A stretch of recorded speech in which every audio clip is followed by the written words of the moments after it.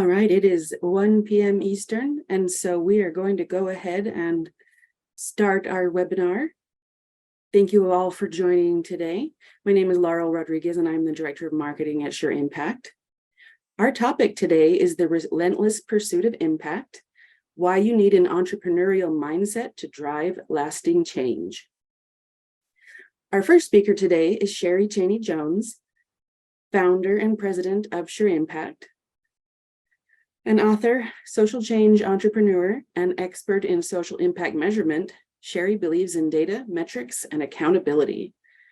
Sheri is passionate about women's equity and the advancement of girls. She is a past president for the Columbus chapter of the National Association of Women Business Owners, and she is also a commissioner for the Columbus Women's Commission for the Mayor's Office. I'm also excited to introduce our guest speaker today, Jeff Shaw. Jeff currently serves as Chief Program Officer of Frontline Response, headquartered in Atlanta, Georgia. The organization serves on the front lines of homelessness and sex trafficking through prevention, outreach, 24-hour rescue, and emergency care. Their services have resulted in over 1,200 individuals transitioning out of homelessness and over 1,500 rescues out of prostitution and sex trafficking. Jeff received his JD from the University of Georgia School of Law and enjoyed a successful law practice prior to starting the Anti-Sex Trafficking Department of Frontline Response, formerly known as Out of Darkness, in 2011. Jeff speaks and trains throughout the United States to audiences including nonprofit leaders, financial services professionals, lawyers, judges, churches, law enforcement, and healthcare professionals. Just a quick note before we start, your microphones will be muted. Feel free to submit as many questions as you would like in the chat. Although we may not be able to answer all of them during our Q&A, we will address them in our follow-up. And with that, I'm going to turn the time over to Sheri. Thank you so much, Laurel. I'm so excited to be with you all today to talk about a subject that I think we need to talk more about in the nonprofit and government sectors. And for some reason, we're not talking about it as much. So today we'll talk about what does it mean to have an entrepreneurial mindset within the social sector, why it is so important for us to achieve the lasting social change we all desire to achieve in the organizations that we have. But most importantly, we will hear from Jeff, interview Jeff, because he is one of those, him and his colleagues at Frontline Response are those leaders who have adopted an entrepreneurial mindset within a very successful nonprofit organization that I think that nonprofit leaders across the country can learn from. And SureImpact's very excited to be able to bring that to you.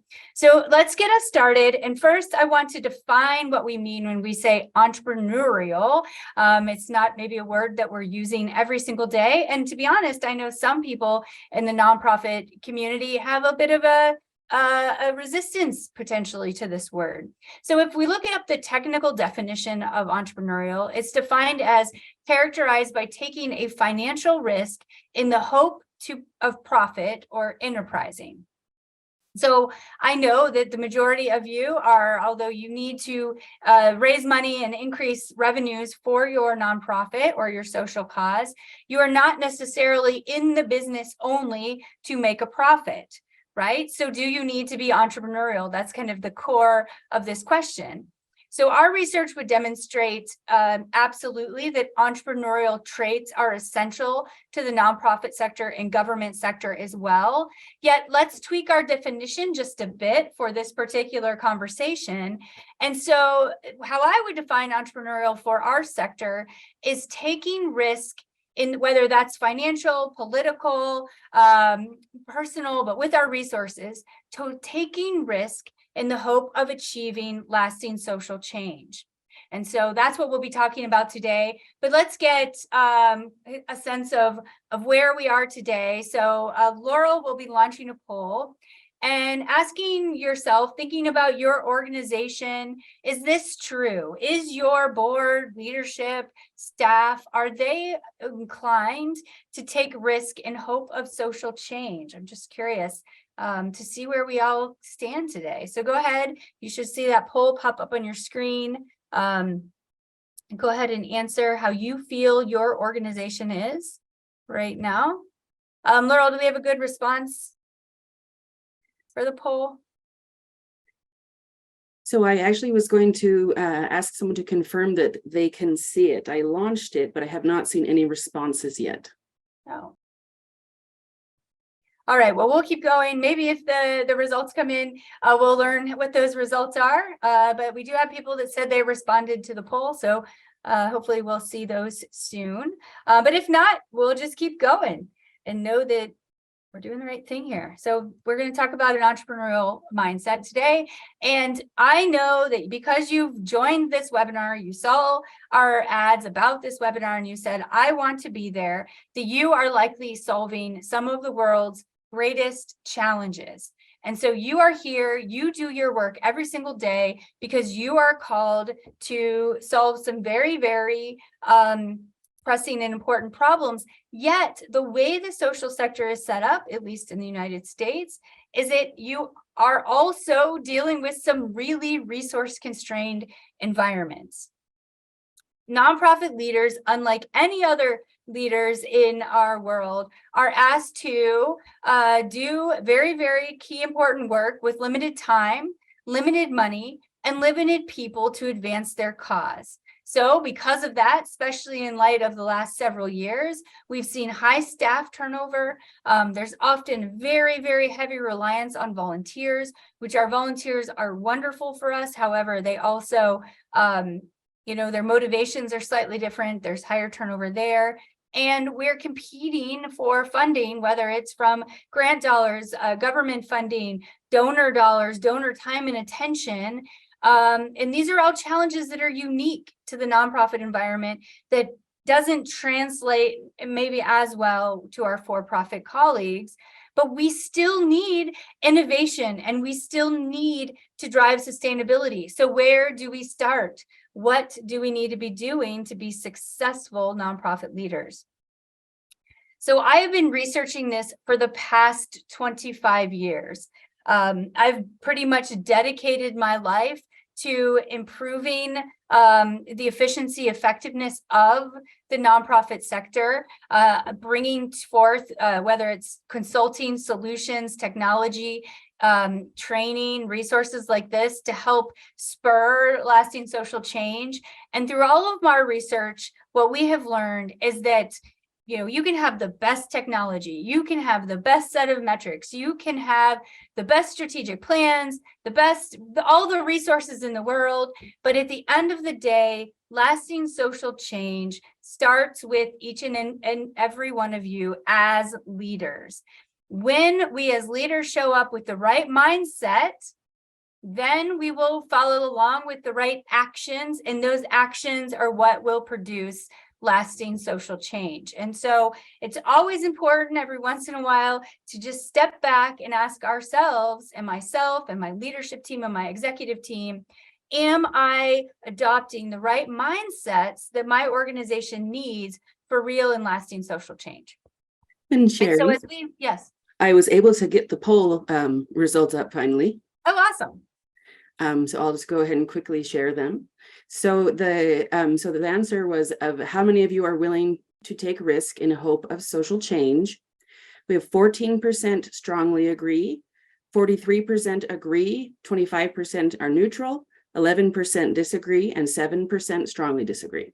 All right, so we're kind of in the bell curve there, it looks like. Got some good distribution. So typically, and you are no different than typical audiences, I often find that I get to work with the most high performing of the nonprofit leaders. And I think we've got that true here today in our audience. So hopefully today we'll be able to give you some inspiration, some tips, some ways to think about this, to take back to your own organizations, to be more entrepreneurial. And so here are the researches that we found in terms of in a nonprofit, government, foundation, a social sector leader, what are those mindsets that we need to adopt in order to drive our organizations forward? So the first thing is us personally, we need to have a resilient mindset. So as I mentioned, social change work is not easy. It is hard. We are dealing with complicated problems we're trying to solve with even a more complex ecosystem than maybe our for-profit counterparts. And so it is a very important one. We need to realize and recognize that challenges are normal and often in this environment. And so what is the antidote to adversity? What is the antidote to challenges? It's resilience. And so resilience is adopting this mindset that we're going to figure it out. We're going to work through it. We'll find a solution. Like, we can take these challenges with stride, and we have the skills and the ability and the grit that we need to move forward. And the second mindset is that we're resourceful, that we are able to build that resilience and find those solutions, turn over different rocks. If one strategy isn't working, pivot. Find a new strategy. Think of creative ways. Who are the partners? Who are the people? Who are the allies that we need to come alongside of us in order to achieve our goals? Again, using this resilience and resourcefulness, we are solutions oriented. What we find is sometimes nonprofit leaders can get caught up in the scarcity mindset or the scarcity trap, but those aren't the successful ones. The successful ones are those who understand the landmines, the challenges that might be out there, but they're relentless about finding solutions and ways around that to achieve their goals. In addition to that, how are they able to be successful? Is that they are seeking knowledge. They're continuing to learn about new innovations, new technology, new funding sources, new things that are going to help drive their initiatives forward with greater efficiency and greater ease. And last, definitely not least, but one that I think is talked about the least, is vulnerability. And these leaders are willing to show up and be vulnerable. In order to lead into new initiatives, to be innovative, and we're talking about taking a risk in order to achieve social change. In order to take risk involves vulnerability. And the more I've been researching this topic of vulnerability and the nonprofit leaders, what we're finding is whether you're recognizing it or not, what we're finding is driving sometimes in a bad way, decisions of nonprofit leaders is this fear of failure, this fear of messing up.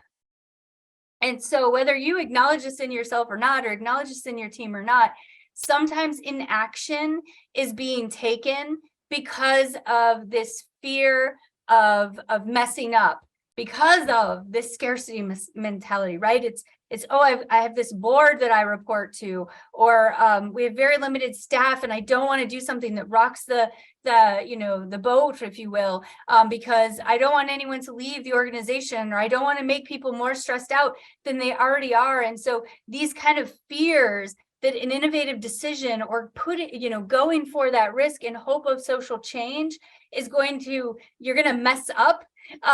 That's what's holding us back as a sector. And so the very first thing is just to be vulnerable and call it out and say, with risk comes failure. Hopefully we're going to fail forward. We're going to learn from our failure. We're going to grow and adapt. But that is what is required to be an entrepreneur, enterprising, innovative leader that drives real social change, is that we have to be able to be real and say, you know what, this fear is here. I have it too. I understand. We've looked at the data. We've looked at the facts. We're going to take this risk. We're going to learn from it. We're going to be resilient. We're going to find solutions, and we're going to move forward. So that is kind of the hallmark of an entrepreneurial mindset.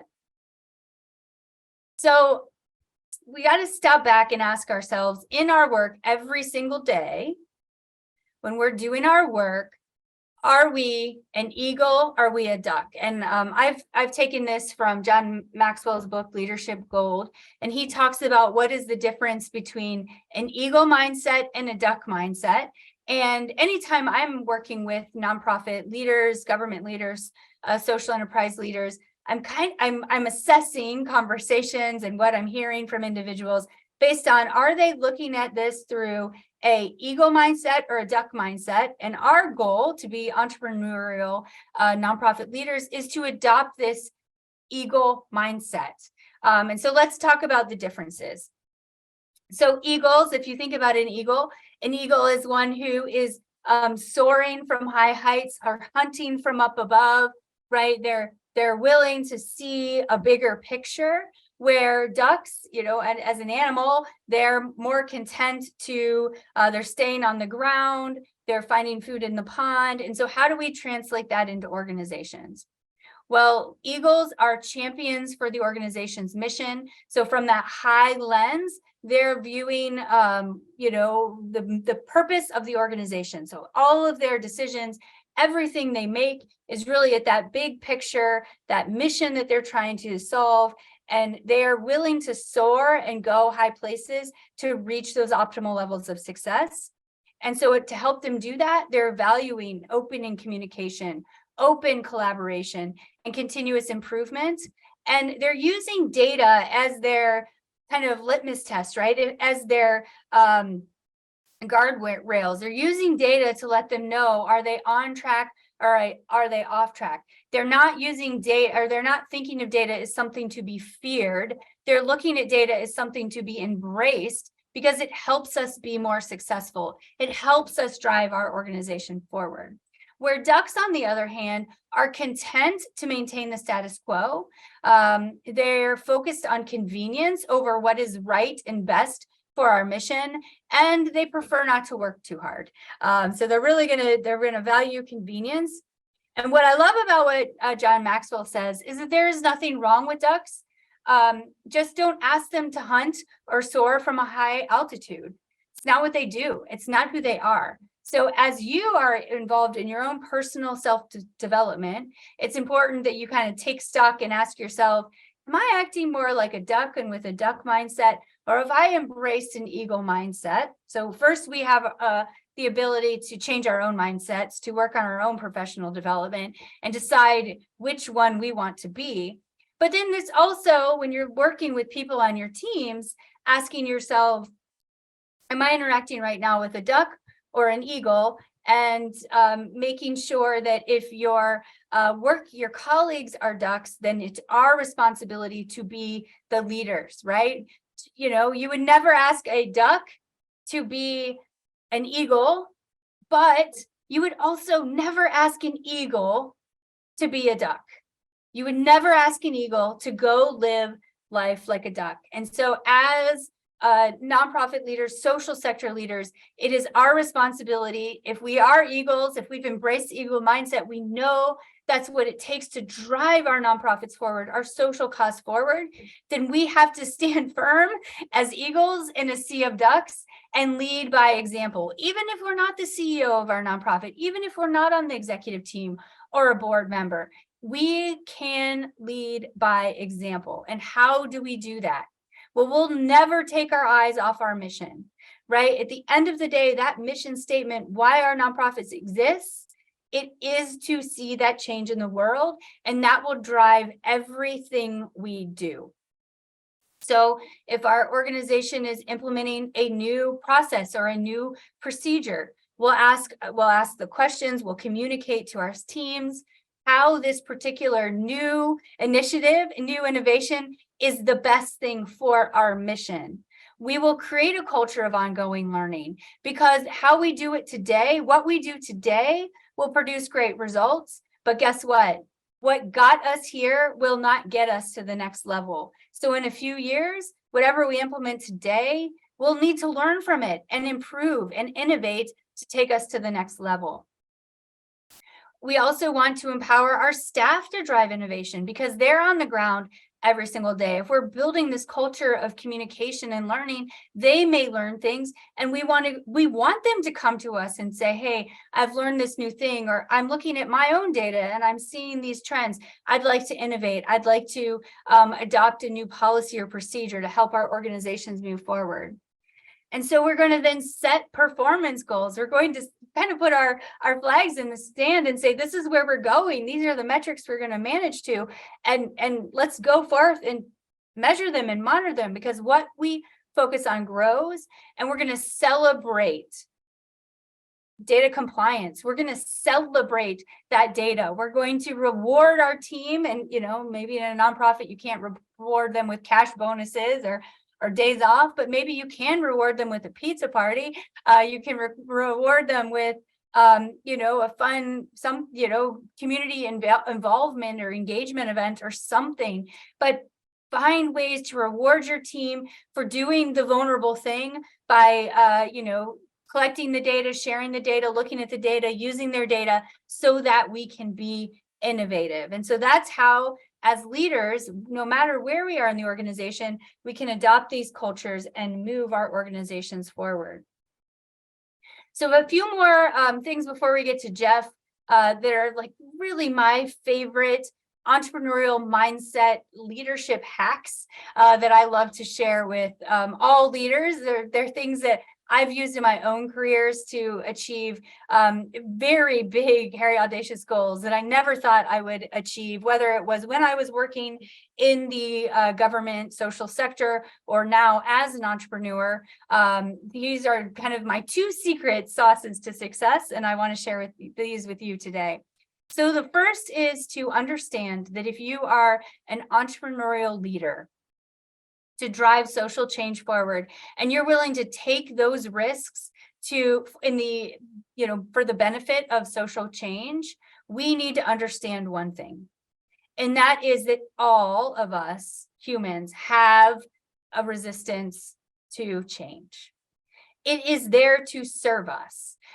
Because, our brains are wired that change is scary. Again, we're using the word risk intentionally, because to be enterprising, to be innovative, there is a risk associated with it. But the difference between, running out into the middle of the street, that is a risk that our brain should let resistance overtake us, and that we don't just, run into the middle of the highway. That is a good risk that our brain is giving us resistance, so we don't do it.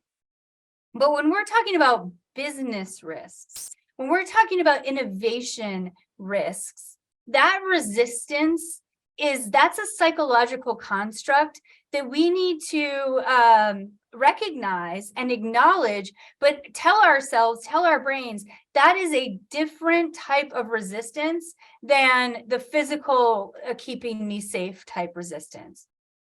So we just have to recognize that it's normal and natural, and it's going to be there. And unless we call it out and intentionally do some things to overcome it, it will always win. It just will. Psychology tells us that our resistance will win over unless we do these 3 things. And they're very, very simple things. So the first thing, and this is where being an enterprising leader, an eagle mindset leader will help us, and that is first casting the vision of the future. So how will this new innovation, how will this new, risky behavior, if you will, how will that create a better future for your community, for your organization, for your participants, and your staff? So you've got to get them bought into how this vision is good and positive. The second thing we need to do is create some dissatisfaction with the current state. And you probably have heard that expression, the devil that we know is better than the devil that we don't know. And so that's where, even though, and most of the time we already do have some dissatisfaction with the current state, but we're afraid of the future, or we're telling ourselves that, oh no, what if the future is worse than the present? So we have to start to uncover what is that dissatisfaction that's already going on with our current state, and cast that vision for the future state that shows people where we want to go is better than where we are. And using data is a great way to find that dissatisfaction. Like when you see that, well, one, if you ask the question, how are our people better off, and you don't know the answer, well, that's a great place to start, where your future vision is, we probably should start tracking that if we're successful or not successful. And we're going to hear from Jeff in a little bit, who's going to talk about how his organization did some hard, innovative things to make this transition. And then last but not least is the concrete steps. We do need to then create, like, what are those baby steps? What are those next steps that we can do to help us overcome that resistance, to move our vision forward? And so as Eagle leaders, as enterprising leaders, we're going to cast the vision. We're going to find and uncover where the dissatisfaction of the current state is, and we're going to lay out concrete next steps to help us overcome that, to move forward with the innovation. The other thing that we have to understand, and I think that sometimes nonprofit leaders, because we are so big-hearted and we want to be people pleasers and we want to make a difference, I mean, we naturally came into this work because we want to make a difference in others' lives, is sometimes we confuse the importance of conflict. And so we tend to be more conflict avoidant than we need to be in order to create real and lasting social change. So first, we need to decide that conflict in a constructive way is good, because again, in new, risky, innovative ideas, we know they're going to produce that resistance, but we also know that they're new, right? Especially if we're talking to ducks, we're talking to people who prefer convenience and staying the same and not working too hard. And so that's going to generate some conflict within our organizations. And as an enterprising leader, we want to embrace it. We want to lean into that good conflict. And so here's how we embrace a culture of good conflict. First and foremost, conflict is a gift. It is we cannot achieve innovation and new ideas and wrestling with things that are going to drive real and lasting social change without conflict. If not, we will do what we've always done, we will get what we have always gotten, and we will not see radical changes in our society. So how do we embrace conflict constructively? Well, first, there's a difference between personal conflict. That's where you're focusing on, individual people and personalities and that type of conflict. That is not what I'm talking about.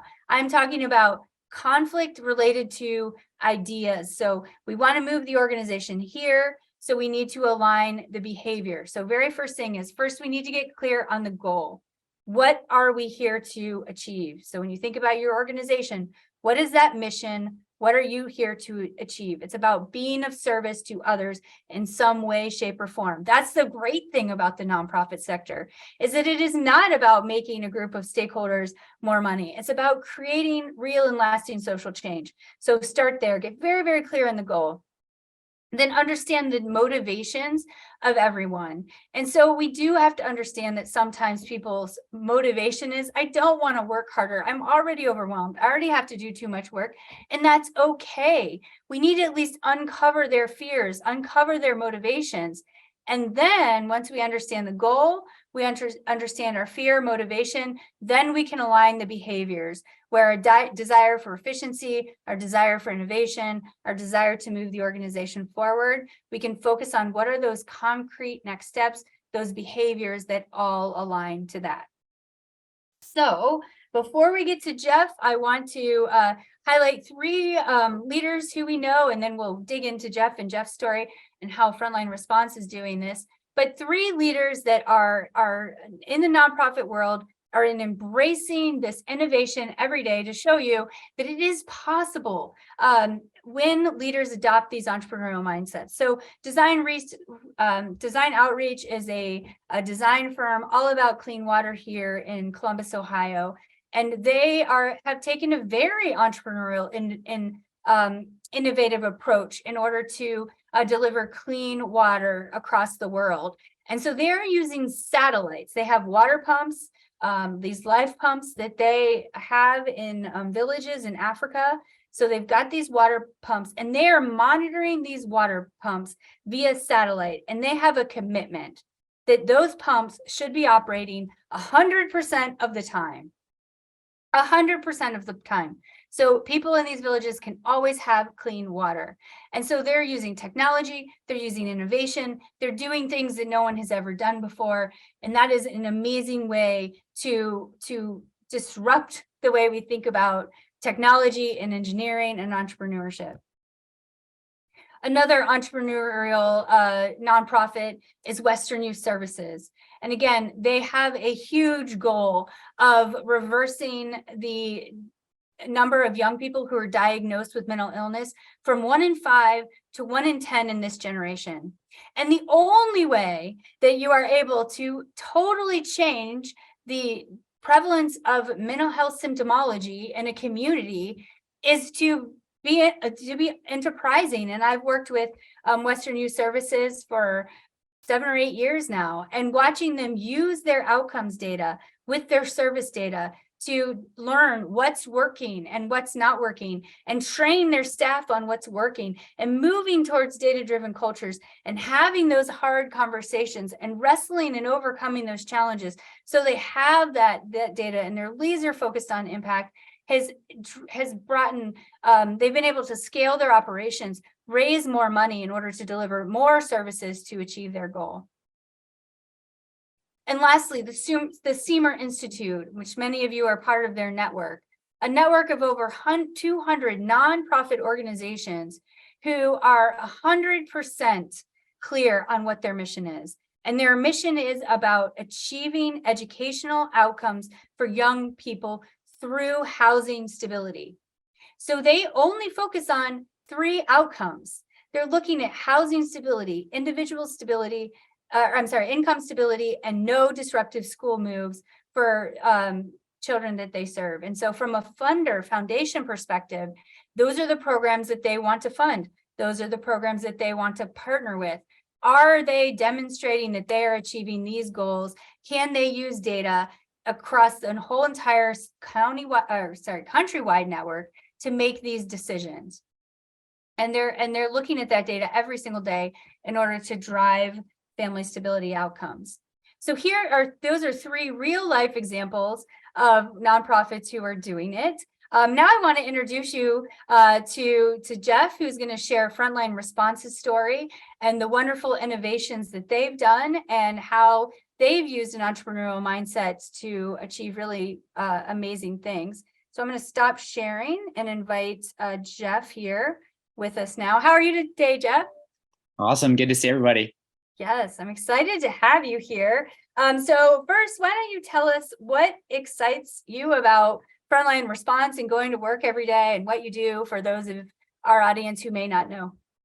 Yeah, well, it's exciting to be a part of Frontline because no 2 days ever look the same when you're dealing with people coming out of crisis. And that's kind of our niche in this work, is seeing people who have been stuck in some kind of trauma. And namely for us, it's homelessness or sex trafficking, that are finding the pathway to freedom out of that. So every day getting to see the 2 steps forward, 3 steps back, or 3 steps forward, 1 step back, and just doing the real gritty relational work with people with varying degrees of trauma is very rewarding.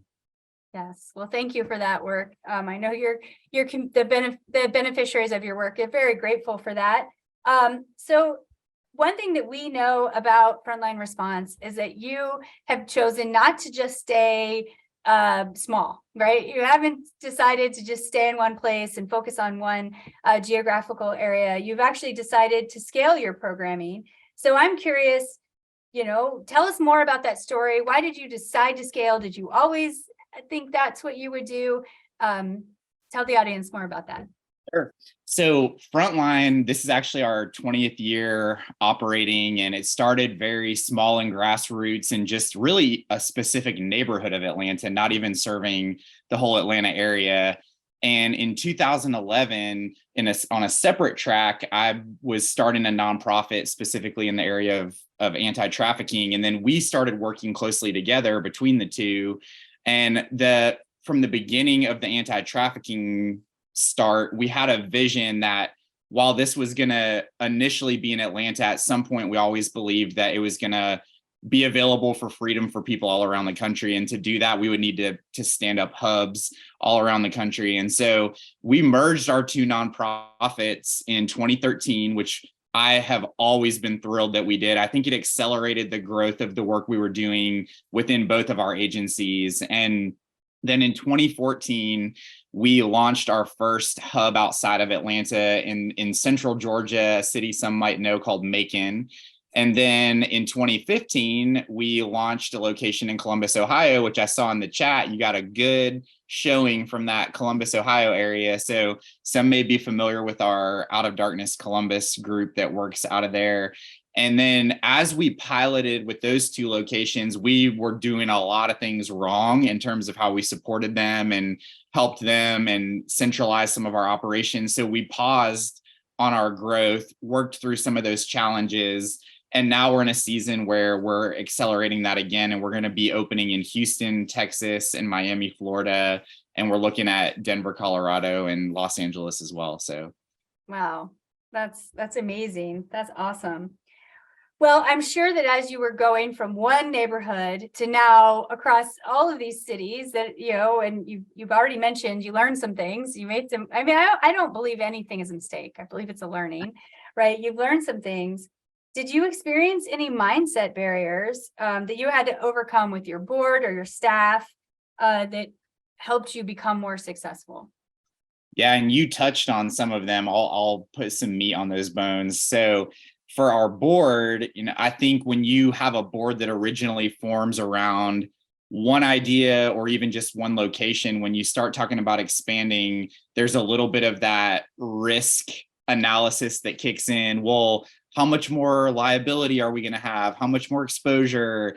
Will our insurance cover that? What about compliance issues in Ohio that are different than they are in Georgia? So that you immediately kind of get that initial, they're not doing this as full-time jobs like we are. So those challenges may not be daunting for us as full-time staff, but they're operating in a governance capacity on a volunteer basis. So I think we have to learn to be sensitive to those concerns and not just tell them they're a bunch of cowards and and people need help, but acknowledging the validity of those concerns, but then coming with already some proposed solutions to address those, or be willing. I think a lot of us that are entrepreneurial, we want to go fast. Like, we don't want people pumping the brakes on us all the time, but there is value in having that covering. Mm-hmm. So when there's certain things that are raised or questions that we get asked that we didn't think of, taking the time to go back, do the research, look at those solutions, and then bring those back so that you're bringing everybody along with you. I definitely think there's value in. And then for staff, you talked about scarcity mindset. I think it's easy when you start in one location and you have a team that's used to all of the grants and the funding and the donors revolving around that particular location and its work. And now you're talking about having to find new funding sources and grants. And maybe Atlanta won't apply for this one. Maybe Columbus, Ohio will. You've got to bring them along on that journey too, that, hey, there really is plenty for everyone. Mm-hmm. And a win for one is a win for all. So. Yeah.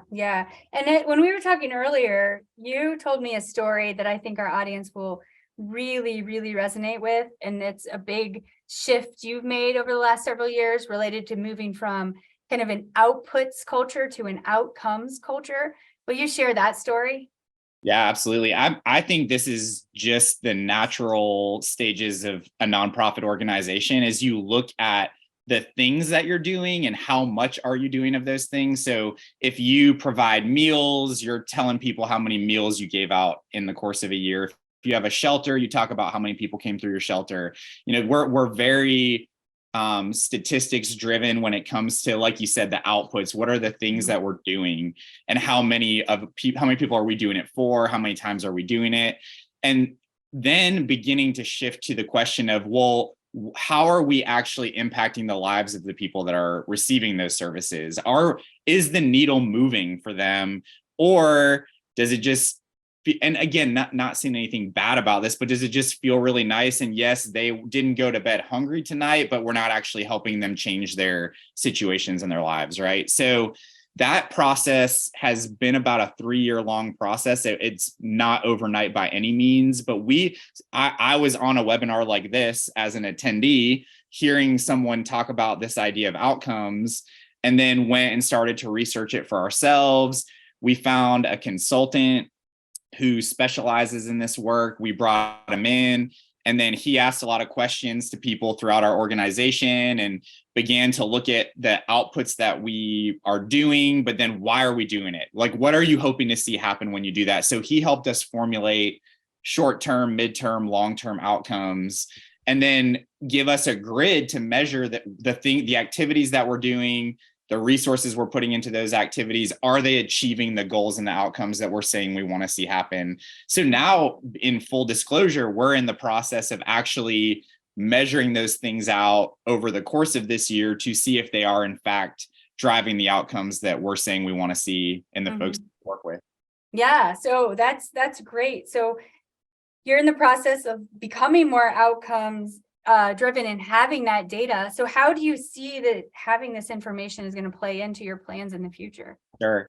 So I'll give a very specific example and then I'll talk big picture. So one thing that we did every year was we called it the Christmas toy giveaway. And this was kind of like our banner event with the communities and the kids that we served. We were super proud that we gave 5,000 toys to 3,000 kids across the metro Atlanta area. But the reality of that was maybe only 300 of those kids were involved in our year-round programming. So because we wanted to do so much, collect so many toys, get to engage so many volunteers, we were finding communities to do the Christmas toy giveaway in, but they weren't benefiting from any of our tutoring services or group and individual mentorship or prevention programming. So the hard thing was saying, we're going to lay this thing down that we've been so proud of for so long and say, what does it look like to establish fewer locations, but go deeper? So all of a sudden that day becomes, we have a food truck come out on site. The kids that are part of that community put a whole program together and they're doing a Christmas performance that they can be proud of. And then we have a whole little gift shop set up for the parents where they can come through at no charge and pick out a gift for their child, have it gift wrapped, and actually take it home to give to their kid on Christmas. So more dignifying and seeing that then be the opportunity in the community to say, hey, by the way, in January, we're launching our academic programming and our mentorship programming. And if you've loved what you've experienced today, we'd love to continue to work with your kids and your families year round. And then to our volunteers to say, hey, if you've loved the chance to be part of something really special in this community, why not sign up and be part of our spring season and become a mentor, become a tutor? So that's a specific example. In the big picture, what we've done is we've identified our impact areas and our desired outcomes. And now we have an actual grid that we use as a reference point. It drives our entire strategic plan now. Instead of just taking, what do we do? Okay, we give out 200 meals every Thursday night to individuals experiencing homelessness. Now, next year, our strategic goal is to increase that to 300. Well, again, how's that moving the needle for everyone? Instead, we're saying, okay, we want to see individuals experiencing homelessness in 2 years that they have stable housing, that they're employed or earning a post-secondary degree, that they're part of a healthy community, and they're maintaining a wellness lifestyle. So how does giving out food on Thursday night affect one of our impact areas to see those outcomes happen? Well, let's make sure they're getting connected to our support line and getting access to a case manager and understanding the benefits that are available to them in the house. So that's where it starts to just shift the view of everything that you do. And even when, I'm sorry, I'm talking like crazy. It's great, Jeff, keep going. Okay, so even just thinking about whenever we have a new idea, we have a filter to run it through. Okay, what impact areas are these ideas going to affect, and how are they going to drive outcomes? And if we see it on there, let's try it for a year and see if it is in fact doing that. Also, new partnerships. We don't have to drive the entire outcome. There are partners that we absolutely rely on to do pieces that we don't do. So now we evaluate all of our partnerships through this lens of outcomes. And are we driving the same outcomes together? How can, when someone leaves our care and enters your care, we can continue through an MOU and a release of information to track those outcomes for that individual as they leave our care and enter yours. So those are some ways. You're speaking my love language. I love it.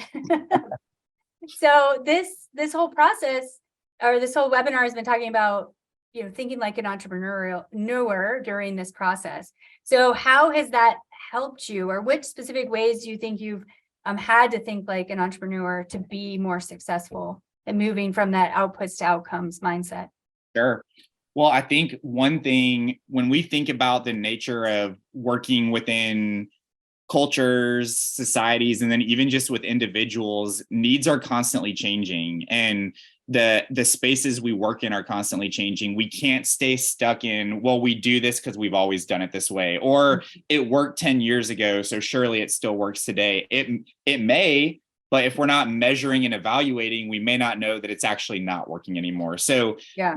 one example that I thought of was in our work with individuals in homelessness and trafficking during COVID, we had to adapt.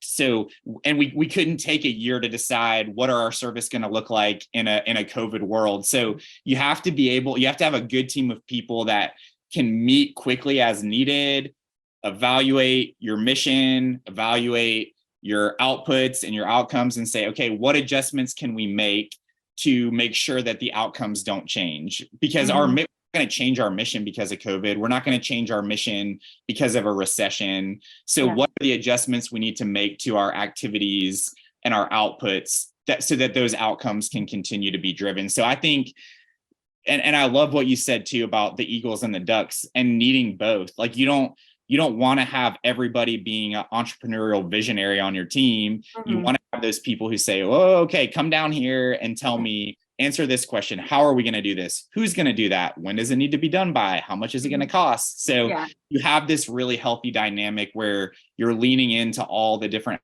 aspects of your team, but the entrepreneur is willing to say, yes, this may be uncertain. Yes, it might be scary, but we're not going to let that stop us. Yeah, absolutely. I think that's really important. And so let's talk about this, because I think this is important too, because I hear a lot of board members or community members say nonprofits should run more like business or for business. And we're using a business word, right? We're talking about entrepreneurs, which has a connotation more in the business community.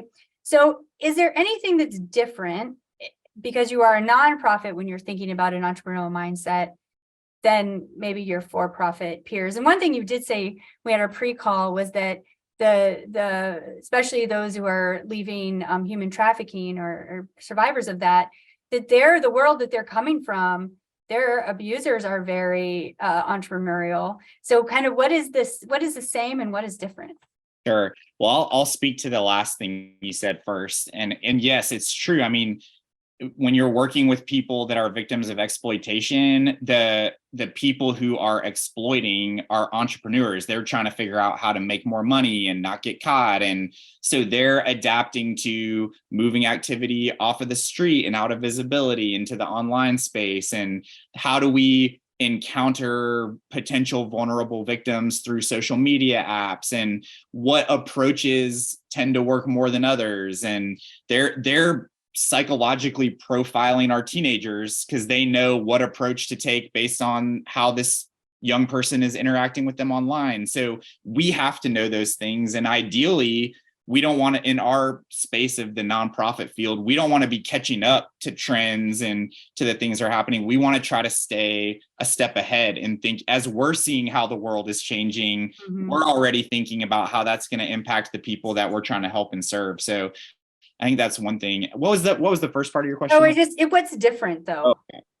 So like, corporate and nonprofit. So it's funny because I remember when I first got started when we merged, I started to emphasize standard operating procedures and policies and vetting volunteers, and everyone freaked out. And the term that got used as a weapon was you're too corporate and you want to make so that was like a dirty word almost, right? And so you had to constantly bring back the why is this important? Why is it for the sake of our clients? Why? And we still lost people that didn't want to turn that corner with us, but then other new people got on board because they said, finally, like we've been watching you guys and we love the heart of what you do, but we didn't see the systems and the processes in place to sustain it. So this idea of corporate mentality, like things like communications and marketing and data and fundraising, their budgeting, it's real. Like just because we're in the nonprofit space doesn't mean as long as we're doing good work, money's just going to show up, right? Yeah. So we have to be aware of like, okay, what donors need to hear a thank you, right? They need to hear the impact you're making. That's not corporate. That's just how things work, right? Yeah, So yeah. there's that. And then I think when you're balancing that on the other end, that when you work with people, you can never stop being relational. So the temptation when you adopt some of these corporate ideas is that people become a product on an assembly line, and they are very aware when that happens. And in fact, that's one thing we talk about on a weekly basis, because the feedback of our clients when we open up our building to be a warming center because the weather gets cold, or we're providing meals, is they tell us we love to come here because we feel like you treat us like a real human being. And that means it's not just about putting the food in their hand. It's about stopping, calling them by name, making eye contact, asking them how they're doing. Hey, how's your mom? I know you said she was sick last night when you came through. So those things that continue to emphasize the dignity of the person and not have them become like a corporate product or service. Yeah, that's a really great reminder. We are dealing with humans, and person-centric is extremely important. So I do know we had one, if you're in the audience and you have a question, feel free to put it in the chat. We did have one question that said, have you experienced or are you experiencing turnover? And how do you ensure your goals and objectives are met when that happens or with limited staff? Sure. Really good question. I'll say that the feedback I've gotten in the conversations I've been a part of over the past probably 2 years is that everyone is experiencing much higher turnover than what we were used to. And I think there's an element of that is baked into working with populations experiencing trauma, which even the examples you use, like mental health among youth and different things. A lot of us at the end of the day, we're working with people who've experienced high trauma, and a lot of us are coming to the work with our own experiences of trauma. And a lot of times those are unresolved. So one thing that I encourage people to do, we've really emphasized staff health in the sense of providing counseling at no cost to the employee. And we did that by creating a relationship with a counseling group of over 20 counselors. So they still find the one that fits them best, but then we get the invoice directly for that. They don't even have to worry about how it's getting paid for.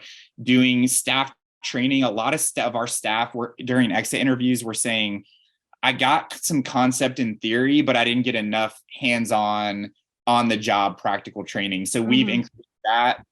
And then I think too, just knowing what are those internal things. And if you're not doing exit interviews, I really encourage you to do exit interviews, because you can identify trends that you can adjust within your own workplace that you have control over. But then what are the external factors? I know there's a lot of research right now about the next generation of workers being more like gig employees. So they may not want to come work for you for 20 years, but it may be exciting for 9 months. How can you take advantage of a 3-month employee, 6-month employee, 9-month employee in a way that is still going to be driving your mission, but not detrimental to your longevity? And last thing I'll say, so I think a big part of that question, how do you keep your mission going when you're short of staff, is you have to be willing to have those hard conversations about, hey, do we need to scale our capacity down for a season? We operate a 24-hour emergency safe home.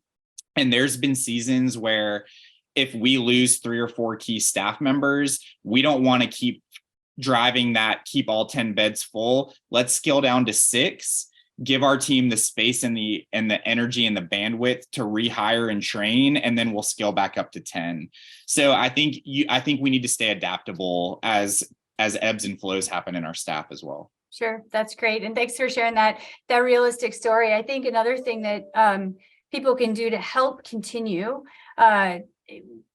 is having those systems and that data in place, because the more that's documented, the more that's automated, the more that's in technology, it's easier to onboard and train than if it's like, well, we don't remember how we trained the last person. Let's figure this out as well. Because the other thing is, your hiring managers and the people who do the training can change, and you don't want everyone to operate based on who trained them, and then there's no consistency in your culture or your organization, right? Well, they told me that wasn't as important, but this person trained their coworker that it was really important. So standardizing that stuff, like you said, and automating it is so helpful. Yeah, absolutely. Well, we do have about 5 minutes left, so I do encourage the audience, ask Jeff any questions in the chat. That would be great. We'll read those. But also, so while on your last final question, well, people may be submitting questions, what recommendations do you have for other nonprofits? You've already given us some, but just last minute recommendations that they can learn from your experience.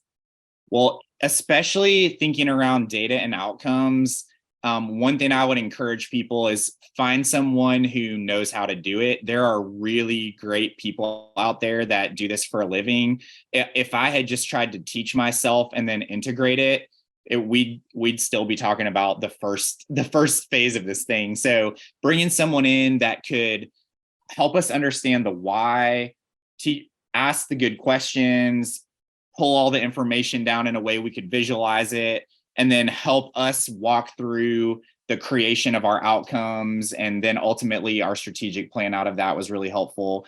And then also, don't wait until all that work is done to bring your staff in on it. The earlier you can get their buy-in, let them come on the journey with you, because then when you're having to ask them, okay, now we're going to start collecting data this way, and we're going to start running reports this way, and we're going to meet once a quarter to evaluate our existing programs and their efficacy. And then it becomes just a normal part of being a part of your work culture, because you've brought them on the journey of understanding why and how. Yep. Awesome. That's great. Amy Claiborne had a question. How did you create hubs in other cities? That's probably more than a couple minute answer, but I'm curious. Yeah. Well, we could definitely do a whole webinar on that. But I think I'll tell you what we did. Two things. Infrastructure wise, we created a national board of directors and a national leadership team, so that we didn't just have our original Atlanta leadership focusing 95% on Atlanta and then throwing crumbs to the other locations. That was really important for us. And then secondly was having a clear way that we determine if we're going to go to a place or not. So I'll share our 4-part process. One is we assess the need. Like, is there actually a need for what we do in that community?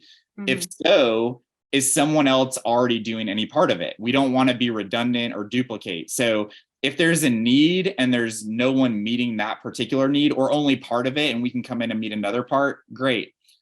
Thirdly, what is the leadership potential in that community? So are there other great nonprofits that we can plug into and connect with? Are there people who are saying, hey, we want to help found this and establish it and lead it? And then lastly, what is the resource potential? Is that a market where we're going to be able to solicit donations, and there's going to be foundations that we can apply for grants for? And maybe that locality or that state gives grants in these specific service areas. So we don't want to have a need. Yes, we can meet it. We jump in, and then there's no sustainability there. So we actually raise our first year of operating funds before we even begin to serve in that area, because we want to have a lead out ahead of us, so we're not stopping services, restarting. Yeah. Oh, that's great. That's great. Well, Jeff, I very much appreciate you sharing your insights. We will be sending out the slide deck. When you get that, please make sure you look at our checklist that we give you, so you can assess your own organization, work with your team, kind of see where you are in this entrepreneurial mindset. Also want to invite our audience to download our ultimate guide to impact measurement. So we were only able to talk with Jeff for such a limited time. However, you have heard him talk about the importance of defining their outcomes, moving from that outputs to outcomes culture. So please download this guide. We dig into everything, the steps you need to take to better measure your outcomes, not just your outputs. And join us next webinar. We'll be talking about how to use impact measurements to win your next grant. We know we're moving into, for a lot of nonprofits, new budget seasons, new fiscal seasons, and grant writing is probably on your strategic plan. So learn more about, once you've collected this data, how are you going to use it to secure grants. That'll be May 22nd at 1 p.m.